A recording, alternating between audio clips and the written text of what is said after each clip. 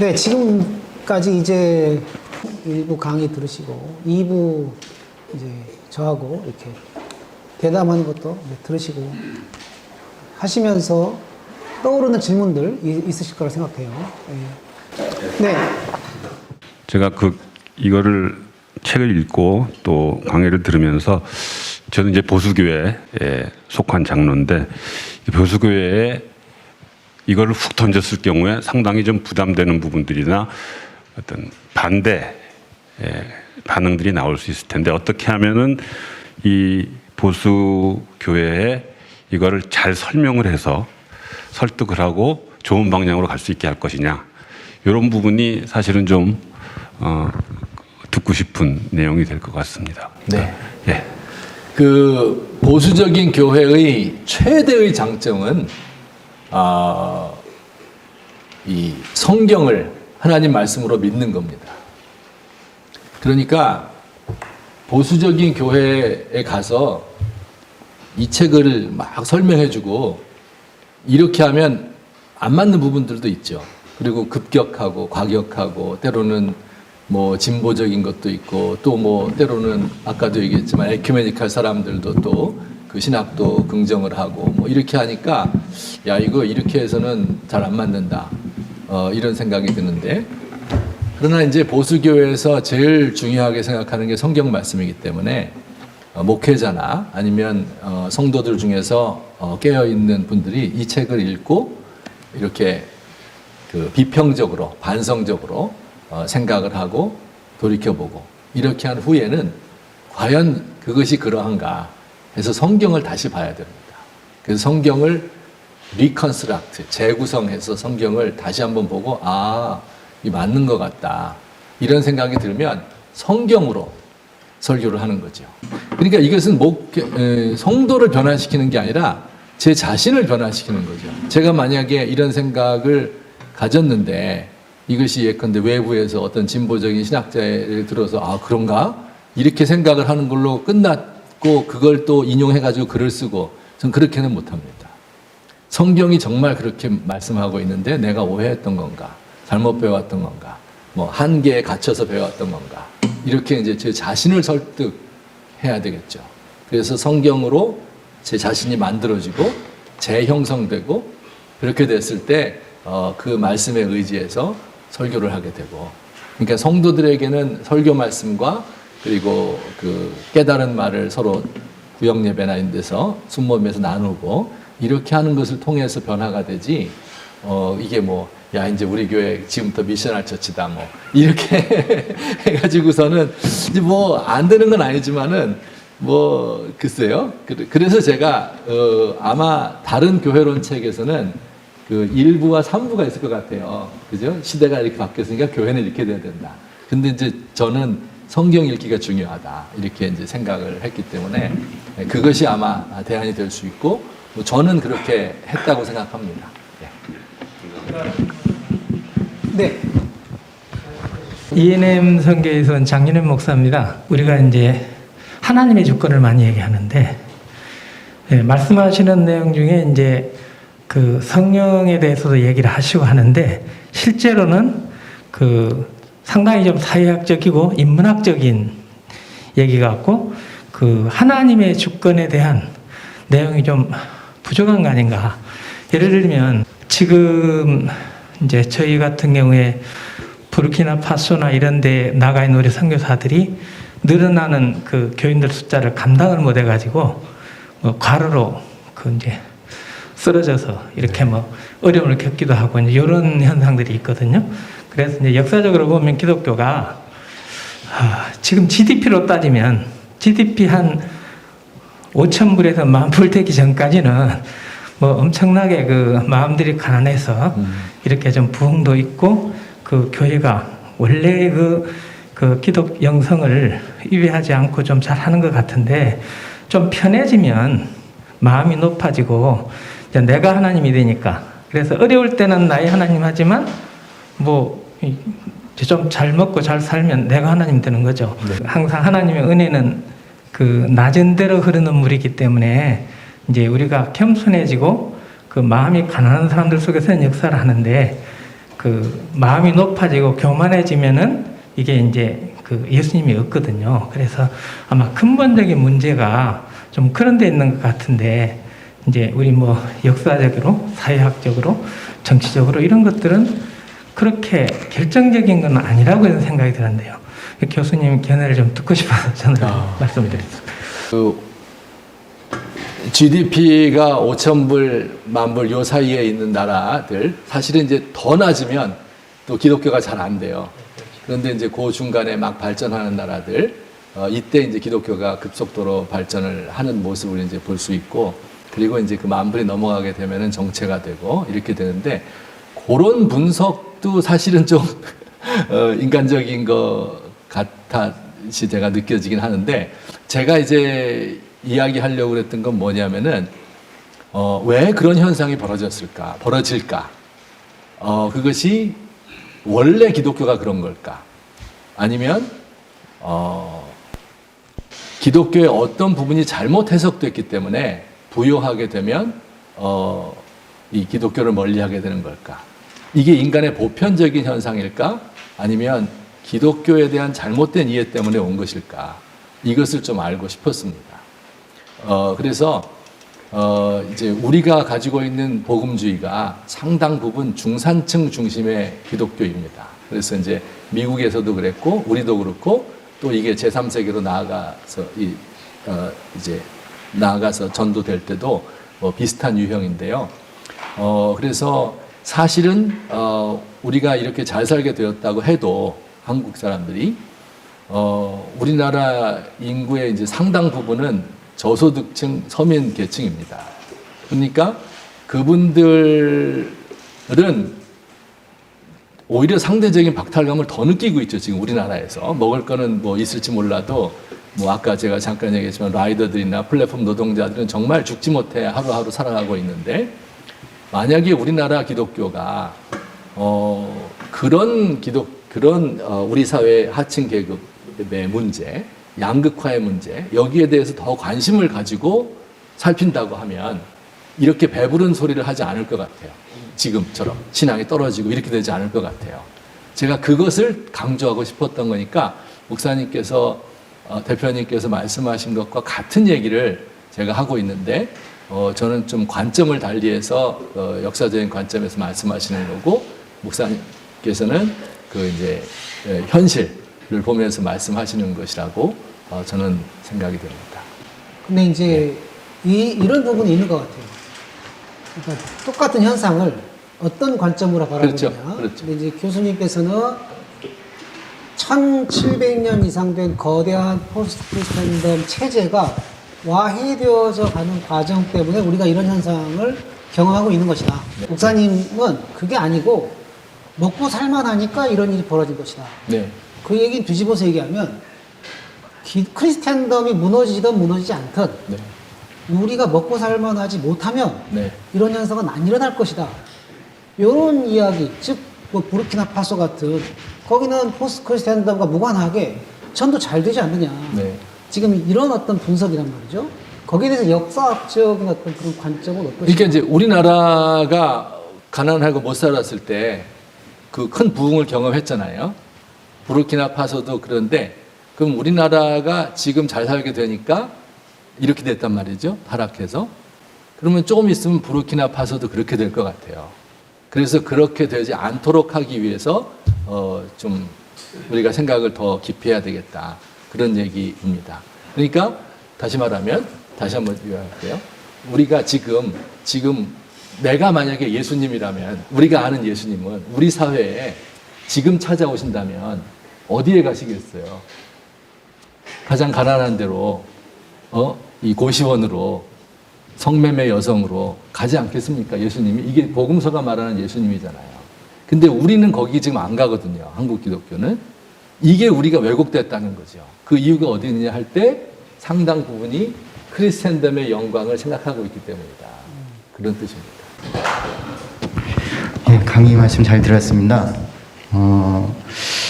기독교는 항상 좀 소수였던 것 같습니다. 예를 들어 평양 대부흥 운동이 있었고, 그걸로 또 조례된 이제 3.1 운동, 비폭력 저항 운동도 있었습니다. 이제 크리스텐덤이라는 걸 저는 이제 정교 분리 또 어떻게 보면 거버넌스, 어떤 힘, 권력 이렇게 좀 이해되는 것 같은데요. 그럼 저는 이제 앞으로 포스트 크리스텐덤 시대에 저희가 이제 고민하는 것들이 또다시 힘을 가져야 되는가? 또다시 어떤 좀 리더십이나 영향력이라는 이름 하에 교회가 힘을 써야 되는 건가? 저기도 이제 이 제목도 사실 한국 기독교잖아요. 그 대도와 안에서의 얘기인 것 같거든요. 하나님 나라 관점으로 하나님 나라는 그럼 어떻게 해야 되는가? 이게 좀 대량화되고 많은 사람들 전도해서 수가 늘어나야 되고 힘이 있어져야 되고 똑똑해져야 되는가? 포스트 크리스텐덤 시대는 이제 어떻게 개개인의 맞춤 쪽으로 가야 되는가? 그러니까 그 목표를 골을 어디로 잡는지 그걸 좀 들어보고 싶습니다. 일단 성경에서 추구하는 것이 가난한 소수의 힘없는 사람들이 예수를 믿고 그래서 이제 겸손한 사람에게 하나님이 함께 하시고 이제 뭐 맞는 말씀이고요. 그런데 성경의 또 다른 면은 예컨대 구약 성경의 경우는 한 민족을 하나님이 택해서 그 민족을 제사장 나라 하나님의 소유가 되게 해서 그 안에 복음이 하나님의 뜻이 나타나도록 하는 그러니까 다시 말하면 하나님의 뜻, 하나님의 왕국의 그 가치를 보이는 나라에서 실현하도록 하는 여기에는 반드시 힘이 들어가죠. 제도가 있죠. 만약에 하나님을 거역하면 돌로 쳐 죽이죠. 신명기 17장에 보면 왕정제도가 있어서 왕이 율법을 가지고 율법대로 정의를 시행하죠. 이렇게 되는 것에 대해서 상당히 긍정적이라고 생각해요. 그리고 예컨대 사도 바울 선생님이 바울서신에서 그때 당시 뭐 기독교의 수준 굉장히 작았죠. 그럼에도 불구하고 그 교회 내적인 제도, 빌립보서에도 이제 장로, 집사 이런 제도가 나오고 또 디모데 전서 뭐 이런 데도 역시 장로, 집사, 뭐 권사 이런 여자, 과부 이런 제도들이 나오고 초기 제도들이 형성이 되고 그 다음에 이제 모든 지식을 사로잡아서 그리스도께 복종케 하고 하는 이런 기독교적인 어떤 세계관. 아까 제가 기독교적인 세계관 좀 낙관주의적이다 이렇게 이야기를 했는데 그러나 그 근본적인 하나님의 다스림이 세상에 나타나야 된다. 보이는 현실로. 근데 보이는 현실이라고 하는 것은 항상 제도와 힘, 이것을 동반할 수밖에 없는 것이죠. 돈, 이런 것도. 그러니까 그것을 꼭 그렇게 나쁘게 볼 것은 아닌 것 같고, 그래서 이 두 가지가 어떻게 함께 갈 수 있느냐. 제일 좋은 것은, 제일 바람직한 것은 다윗이 왕을 세우고 거기에 성전 제도를 마련하고 거기서 정의를 행하고 거기서 참 뭐 기쁨이 있고 백성들 가운데 제일 좋겠죠. 그것이 이제 최후 완성이 이제 마지막 때 이 땅에 건설될 하나님 나라겠지만은 그러나 그 시대 이전에도 우리 사회에서 그런 것들이 간간히 이루어질 수 있다. 이루어져야 된다. 이렇게 생각을 하고요. 그러나 그렇다고 해서 그 제도라든지 뭐 힘에 의존한다든지 이것은 아니죠. 하나님이 약한 자들을 들어서 강한 자들을 부끄럽게 하고 미련한 자를 들어서 지혜로운 자를 부끄럽게 하는데 그래서 그 통로가 되는 것은 약한 자와 미련한 자들의 중심을 맞추고 이것을 위해서 기독교 낮아지고 모든 제도를 멸시하고 또 배설물처럼 여기고 막 이렇게 하는 것은 맞는데 그것을 통해서 이 어떤 가시적인 이 일이 이루어져야 된다.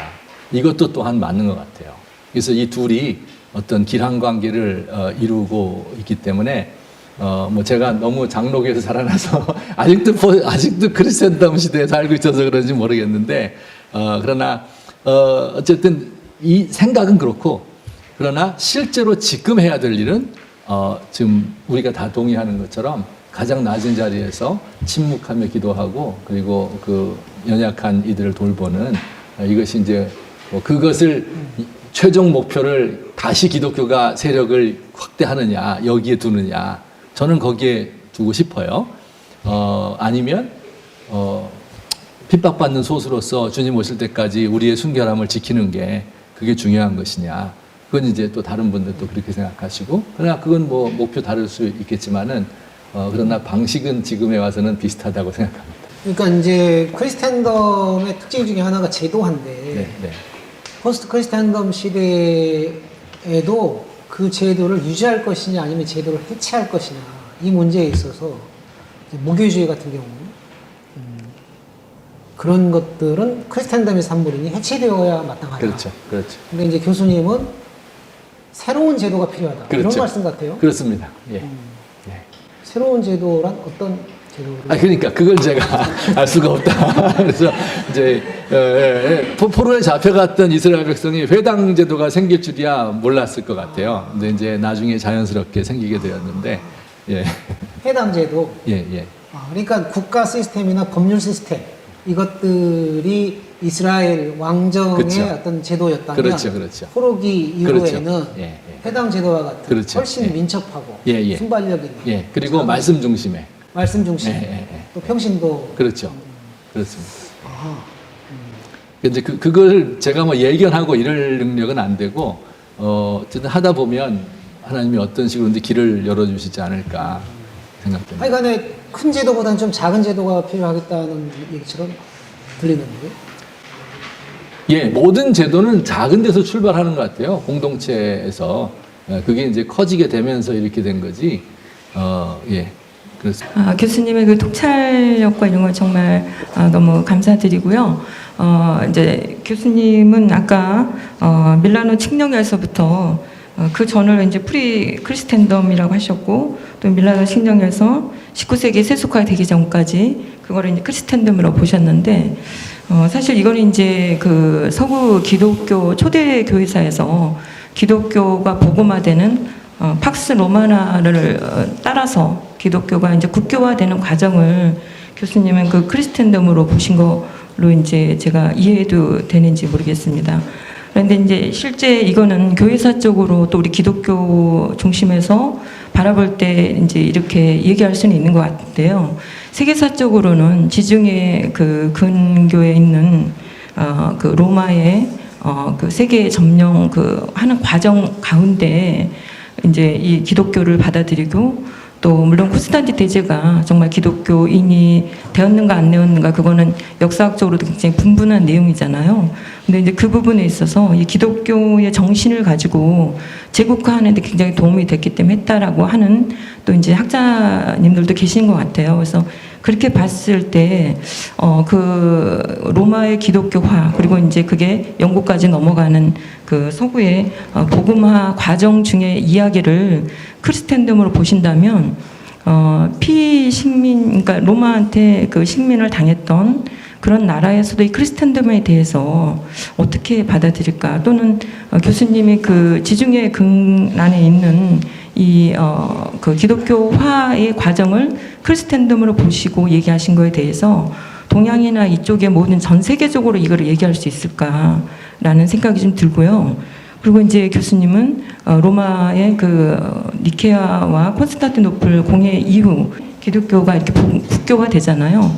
근데 그 이후로 사실은 이제 교수님은 그게 제도화되고 또 이렇게 어떤 계급화됐기 때문에 발전했다라고 보시지만, 또 한편으로 기독교 교리사나 이런 쪽에서는 국교화되면서 급속하게 부패하고 또 교리가 변질된 이것도 사실이거든요. 근데 그거를 과연 물론 뭐 박해가 없어졌다, 그러면 박해가 없어진 건 당연히 세속화됐기 때문에 그럴 수밖에 없었죠. 그리고 이제 그게 국교화되면서 계급이 거기 들어있었기 때문에 많은 비기독교인들조차도 가짜로 들어가서 신분을 이제 세탁하는 그런 제도로 이게 사용됐잖아요. 그것들을 과연 우리가 기독교의 발전이라고 볼 수가 있을까라고 좀 생각이 드는데, 그거에 대해서 좀 얘기를 해주시면 감사하겠습니다. 예. 아주 사실 이제 아까 질문이 꼭 그렇게 나쁘게만 봐야 되느냐 이런 질문을 하셨기 때문에 제가 좋은 점도 있다 이렇게 말씀드렸는데요. 제가 책에서 쓴 거는 나쁜 점을 더 많이 썼습니다. 지금 말씀하신 거 이제 이 안에 다 들어있고요. 다 들어있고 그 관점은 참 좋으신 것 같아요. 그러니까는 피정복민의 입장에서 봐야 된다. 또 이제 비서구인의 입장에서 봐야 된다. 이게 이제 소위 포스트 콜로니얼리즘, 그러니까 반식민주의, 후기 식민주의적인 생각이거든요. 그리고 그거 굉장히 그 합당한 생각이고요. 또 그런 관점에서 성경을 다시 볼 수도 있어야 되겠고, 역사를 다시 볼 수도 있어야 되겠다고 생각이 됩니다. 그래서 제가 그걸 안 쓴 게 아니라 여기 다 있는데, 이제 분위기가 이제 나쁘게 몰아가는 것 같아가지고 제가 균형을 잡으려고 그랬지, 이제 나쁜 점 많습니다. 예. 그래서 이제 저도 그 점은 지금 말씀하신 거 뭐 거의 100% 제가 동의하고, 제가 그 단 피정복민의 입장에서는 어떻게 봐야 되느냐, 요건 제가 쓰질 않았는데 아주 좋은 지적을 해주셔서 감사합니다. 그들은 다른 관점에서 봤을 것 같아요. 또 다른 이제 관점은 아까 성경을 우리가 포스트 크리스텐덤의 관점에서 봐야 된다라고 얘기를 하셨는데, 사실 이제 아까 얘기했던 칼바르트나 또 그 보네퍼나 또 툰라이트도 얘기하셨잖아요. 근데 네. 툰라이트는 사실은 이제 우리 많은 사람들이 보수교단 하면, 보수교단은 진보나 또 이런 여러 가지 급진적인 에큐메니컬 같은 그런 거를 굉장히 반대한다고 생각하는데, 맹목적인 반대를 하지 않아요, 보수에서는. 근데 툰라이트 같은 경우도 사실은 이제 성경 읽기나 성경 해석에 있어서 어떤 부분에 있어서 좀 어떤 그 사람들의 많은 틈새를 열어줄 수 있는 그런 관점을 얘기한 거에 대해서 보수 측에서는 이제 좀 염려를 하는 거죠. 근데 툰라이트는 사실 이제 목회자로서 목회 관점에서 그 칭의와 성화가 일치되지 않은 기독교인들에 대해서 이제 심히 우려를 하는 과정에 툰라이트도 얘기를 했다고 생각이 들어요. 그래서 그 관점은 저도 굉장히 이제 공감을 하는데, 사실은 우리 기독교인들이 구원 받아놓고 거의 구원파처럼 살고 있는 게 사실이니까요. 그래서 그런 점은 이제 그 관점은 공감을 하는데, 또 그러다 보면 교수님 아까 지적하신 것처럼 우리가 성경 읽기를 지금 포스트 크리스텐덤의 관점에서 읽어야 된다고 할 때, 그런 이제 성경 어느 정도 기반이 돼 있는 사람은 가능하지만 그러지 않은 사람이 초신자들이 읽을 때는 정말 크리스텐덤 관점에서 읽어야 그래야 되지 않을까, 이런 점들이 있는데, 그런 거에서는 좀 어떻게 또 생각하시는지요? 예, 일단 그 신학적이건 정치적이건 진보와 보수, 특별히 이제 신학적인 진보와 보수라는 그 틀 자체가 형성이 되어 온 거죠. 그렇죠? 그러니까 이제 감사한 것은 그 진보적인 신학자들과 보수적인 복음주의자들이 상당한 부분 일치를 이루었습니다. 그래서 이제 최근에 2010년에 나온 케이프타운 커밋먼트라고 로잔 언약의 끝다리에 있는 건데, 거기에서는 이제 톰 라이트이 아니라 크리스토퍼 라이트라는 분이 그걸 이제 작성을 했는데, 복음주의적인 면과 또 에큐메니컬 면을 이렇게 이것을 막 억지로 이렇게 끼워붙인 게 아니라 그걸 화학적으로 잘 결합을 해가지고 만들었어요. 그리고 그렇게 된 배경에는 성경신학의 발달이 있습니다. 그러니까 성경은 텍스트이기 때문에 그 텍스트의 중심에서 보다 보면 다른 데로 많이 나가질 않아요. 이게 진보 보수 막 갈라지지 않기 때문에, 그런 점에서 이제 우리가 조금 현재는 유리한 점에 있다, 이렇게 생각이 되어지고요. 평신도들이, 이 성도들이 그냥 성경을 볼 때 참 어려운 얘기예요. 그러니까는 어떤 관점에서 보느냐, 이게 나는 아무 전제도 없이 나는 진짜 깨끗한 마음으로 성령의 음성을 듣는다, 이렇게 성경을 보는데 그 불가능한 일입니다. 자기의 이 생각과, 이 특별히 생각보다 더 나쁜 게 죄거든요. 내 죄가 이성을, 눈을 가려가지고 나에게 유리한 부분을 보고 불리함은 못 보게 돼 있어요. 이게 인간이에요. 그렇기 때문에 이제 제가 성령께 도움을 구해야 된다. 그런데 이것은 레벨은 조금 달라요. 예컨대 신학자들의 경우, 성경을 비평적으로 신학과 성경을 잘 볼 수 있는 사람들, 이분들이 있고, 또 이제 성도들도 있고 목회자들도 있고, 레벨이 조금씩 다를 수 있어요. 그는 뭐 평신도들은 잘 못 보고 이 신학자 더 잘 보고, 그런 뜻이 아니에요. 은사가 달라요. 그 대신 신학자들은 시행을 못 하잖아요. 실제 살지를 못 하잖아요. 그러니까 이제 이런 그 은사가 다르기 때문에, 하지만 성경학자들에게 주어진 그 은사들이 있고 하기 때문에 그들의 인도를 앞으로 잘 받고 하다 보면은, 우리가 어쨌든 성도들이 그 프리크리스찬덤 관점, 크리스찬 관점 이런 거보다 진짜 내가 주시는 하나님 말씀을 듣는 건데, 이게 그러니까는 내가 이런 관점을 가지고 봐야 된다, 그런 얘기가 아니라요. 지금까지 이런 잘못된 관점으로 봐왔는데 이것을 알아야, 반성적으로 알아야 다른 게 보일 수 있다. 성령이 그렇게 우리에게 가르쳐 줄 수 있다. 생각이 되어서 제가 말씀드린 겁니다. 고맙습니다. 예. 네, 저는 그 외대교회, 대학교회를 담임하는 정동희 목사고요. 오늘 강의가 참 좋았습니다. 좋은 것은 뭐 역사적으로 조망해 주시고 또 적용점까지 이렇게 보여주시니까 한눈에 딱 보고 개념을 잡을 수 있어서 좋았고요. 또 이렇게 서구를 보니까 이렇게 길게 역사가 진행되는데 우리나라는 우리 민족성이 100년이면 충분하다는 생각을 많이 가지게 됐어요. 그리고 롤러코스터 타는 게 맞다. 그 생각이 들었고, 그 교수님이 이제 지금 백석대 계시고 캠퍼스시니까 뭐 20대 고민과 갈등도 잘 아실 거고, 또 어떻게 보면은 백석대 같은 경우는 기독교 대학이니까 점점 더 힘들어지는 것을 더 뼈저리게 많이 느끼실 것 같아요. 네. 그렇다면 일반 대학교에는 더한 거죠, 사실은. 네, 그런 상황에서 저는 그 지금 백석대에서 재직하시면서 고민하시고 계셨고 앞으로 이제 캠퍼스 사역에 대해서 준비도 하실 것 같은데 뭐 예를 들어서 대학교에 담임을 하시면서 아쉬웠던 점이라든지 아니면 우리 대학교가 이렇게 좀 사역을 하면 어떨까라는 그런 경험에서 해주실 말씀이 있을 것 같은데 그런 면에서 캠퍼스 사역에 대해서 어떤 조언이나 한마디 평소에 좀 하고 싶으셨던 이야기가 있으면 한번 해주셨으면 좋겠습니다. 네. 하여튼 백석대의 경우는 그 조금 이렇게 크리스텐덤적이에요. 그래서 여기는 잘 아실지 모르겠지만 제가 그 교목 부총장입니다. 혹시 교목 부총장 얘기 들어본 적 없죠? 전 세계에 없는 직분인데 그러니까 교목의 지위가 엄청 높습니다. 그리고 숫자가 많아요. 그래서 이제 3개 대학이 있는데 그 중에 한 65명이 교목인데 이제 풀타임이 한 25명 정도 되고요. 그다음에 나머지 이제 파타임들인데 그래서 이제 채플도 굉장히 강제로 하고 진지하게 하고 뭐 노력을 많이 하고 이제 이렇게 하는 편인데 그러다 보니까 이제 학생들이 변화 그러니까 제가 한 10여 년 전에와 지금과 보면 이게 정말 변화가 급격합니다. 그래서 그때는 기독교인 인구가 한 35에서 40% 정도 되고 또 이제 그냥 채플 드려도 드리나 보다 이렇게 이제 하고 방관하고 뭐 이 정도였었는데 안 믿는 애들은 근데 지금은 기독교인 인구가 한 20% 정도라고 하는데 실제 제가 클래스에 들어가서 조사를 해보면 10%도 안 됩니다. 교회 나가는 애는 5% 정도밖에 안 돼요. 게다가 그 5% 정도는 골신자예요. 그래가지고 이 자기만의 이게 딱 막혀 있어가지고 외부에 전도하거나 뭐 이게 다 마귀를 봐요, 애들을. 이게 전도에 방해가 돼요, 사실 솔직히 어떤 면에서 보면. 근데 잠깐 그래서 이 고민이 그런데다가 기독교의 신뢰도는 이루어져가지고 그 조사 기윤실 조사한 거 보면은 비신자 20대의 기독교에 대한 신뢰도가 2%입니다. 그럼 어떻게 하라는 얘기예요 도대체 여기서 그걸 강제로 해야 되니까.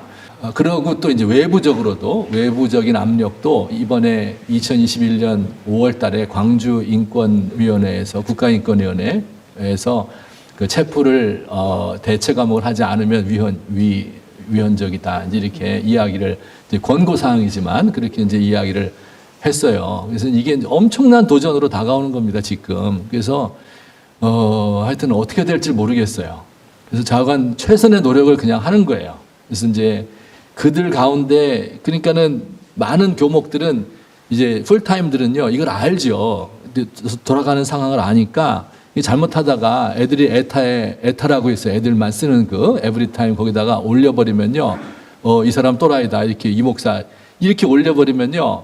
한 분이 그때 동성애 반대 이거 얘기했다가 한 20몇 장이 그냥 갔어요. 그래갖고 그 사람도 또 교무처에서 막 뭐라 그러고 이러니까 막 너무 이게 괴로운 거예요. 그러니까 이제 그런 얘기를 못 해요. 복음 전도도 잘 못 합니다. 그러니까 일부러 자기 검열, 자기를 낮추는 거죠.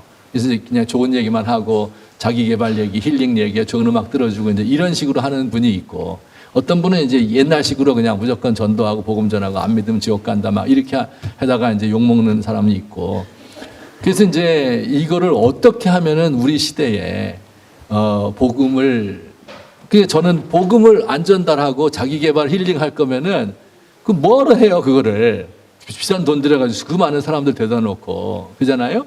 그럼 또 그렇게 하려고 그러다 보면은 반발이 일어나고 그래서 그 사이에 어떤 그 그러나 제가 믿는 거는 있다는 거예요. 그게 뭔지 몰라도. 그게 성령께서 우리에게 매번 지혜를 주셔야 된다. 그러니까 그냥 매달릴 수밖에 없는 거죠.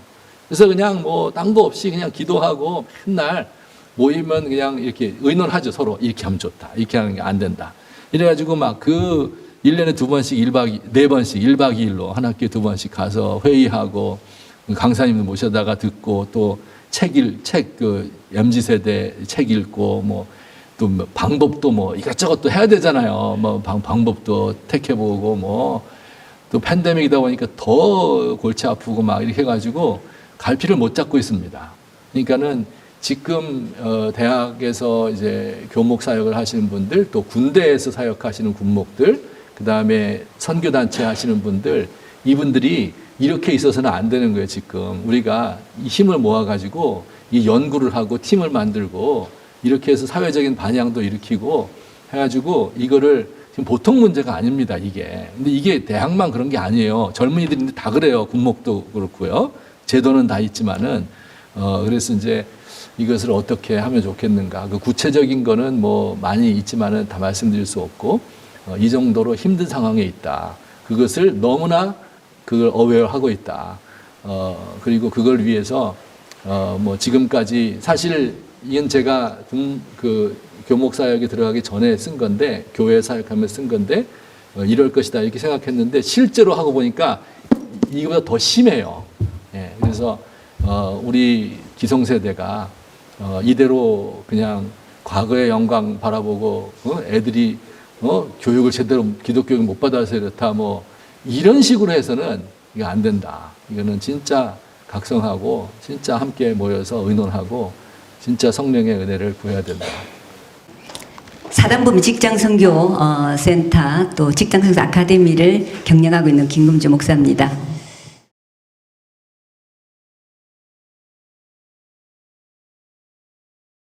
개인적인 필요 때문에 사실은 오늘 모임에 왔는데요.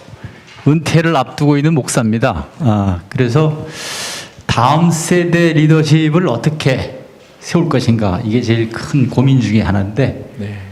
그러니까 목사님 생각하시기에 다음 교회 일꾼이나 지도자들의 덕목 또 아니면 어떻게 그 사람들을 훈련시킬 것인가 네. 혹시 하여튼 이해하신 대로 좀 설명해 주시면 좋겠습니다. 예, 감사합니다. 사실 이 책의 뒷부분에 보면 그 다음 세대 리더의 덕목에 대해서 제가 몇 말씀 이렇게 드렸는데, 그러니까 이제 크리스천덤 시대라고 하면 보통 이제 목회자의 이 역할이 그 양치는 목자, 내지는 프리스트, 그러니까 이렇게 이미 있는 제도를 잘 관리하는 거죠. 이게 이제 교회가 성장하고 뭐 잘 되고 이러면 중요해요. 이 관리해야 됩니다. 그런데 그게 지금 안 되고 다 무너져 있고 이런 상황에서는 그런 관리형 목회자로서는 저는 어렵다고 생각합니다. 물론 관리형 목회자가 중요하기도 하죠. 아니, 제가 말씀드리는 거는 조금 더 넓게 목회자뿐만 아니라 네. 다음 교회 일꾼. 네, 마찬가지입니다. 포괄적으로. 예, 마찬가지입니다. 다음 교회 시대의 일꾼도 훨씬 더 성령의 능력을 강조하고 자기가 체험을 하고 그리고 혼자 갖다 놔도 설 수 있는 이런 사람을 만들어야 된다. 그래서 이제 영적 체험이 중요하고 개인적인 영성이 굉장히 중요한 덕목이 되는 거죠. 그러니까 이제 주어진 곳에 가서 설교 열심히 하고 설교 번지르르 하게 하고 설교보다 중요한 게 전도죠. 전도할 수 있는 사람.